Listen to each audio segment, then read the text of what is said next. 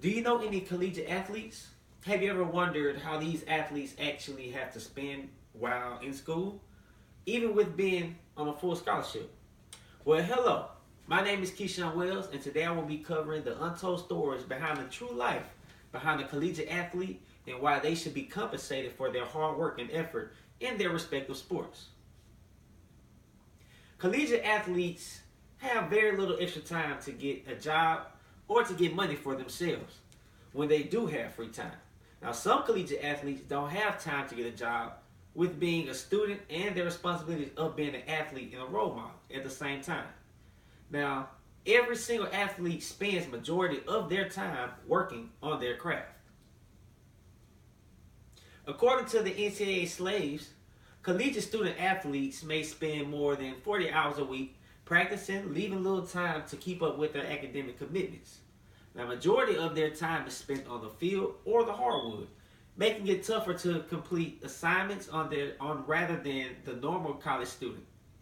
Now, after covering the enormous amount of time spent on playing sports for these collegiate athletes, let's focus our attention on how hard these collegiate athletes actually work.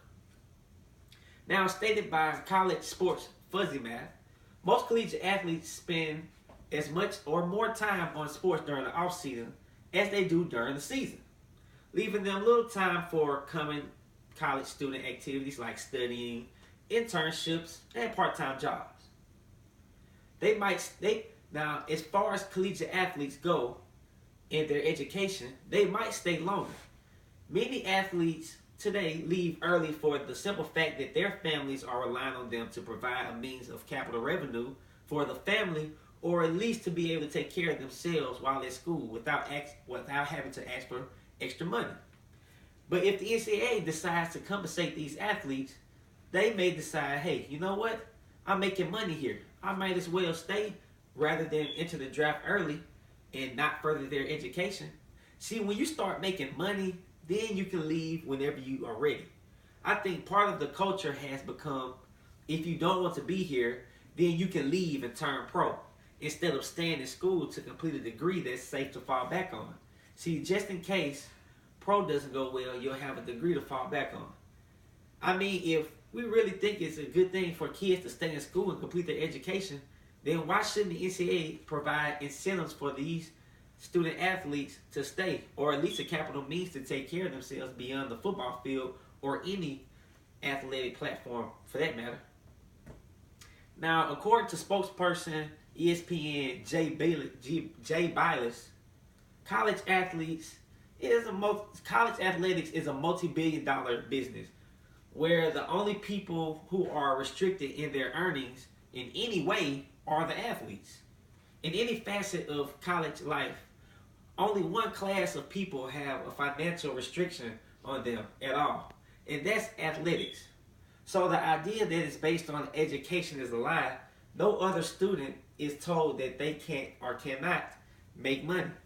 And if it affects their education or scholarship or anything, for that matter.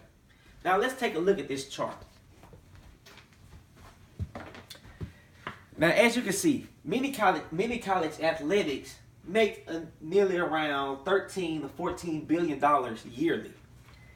Now, as you can see, athletic spending on college sports is near $91,000, nearly $100,000 per year, per semester.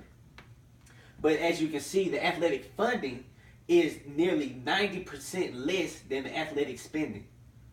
Like the Pac-12, for instance. The Pac-12 makes $20.8 million towards their football team. Now, the other half of the $13 billion is to other collegiate sports. But if you intertwine the collegiate makings of the football team and how much they're actually spending to perform, then the revenue is skyrocketed over the amount of cost. The athletes are getting very low funding as far as school, extra pay to take care of themselves outside of school and during the off season, just to perform for entertainment and to make the school richer.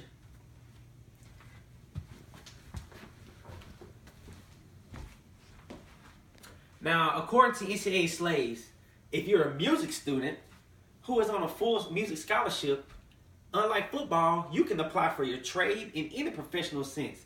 You won't be kicked off the band, you won't be kept from performing on campus, and it doesn't affect your academic status in any way. You're celebrated for it, right? Now, if you're an athlete, that happens to make the schools in the NCAA machine billions of dollars, then the athletes are told you get only your expenses.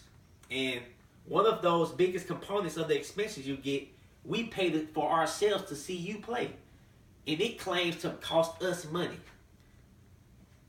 Now, as you can see, in another diagram, another picture I wanted to share with you, the athletes here are carrying all the weight for the NCAA when the only way this car will move is if these athletes move it. Now, I look at this in the sense of there's no money, no gifts, no cars, no endorsement deals. Then tell me, why are we doing this? And the athletes are saying for an education, but I'm not feeling too smart. And what they mean by that is they're stripped of a full education because of the time they have to spend during perfecting their craft. Now in this diagram, million, 2 million, 3 million, 4 million. This is the NCAA head coach. The head coach is $1 million man, and he makes his bucks off college athletes, just as professional athletes. Only sense is the college athletes have to study, they have to maintain their self and their craft, and they have to try to chase a degree without being compensated beyond a scholarship. Now, as I conclude, I hope you have enjoyed and truly considered that the NCAA is a professional business and the players should be paid. These athletes are not only students but employees to their universities and conferences. This is a truly flawed system that must be rectified if the NCAA wants to avoid any more scandals and controversies surrounding these cheating epidemics. My name is Keyshawn Wells, and thank you for your time.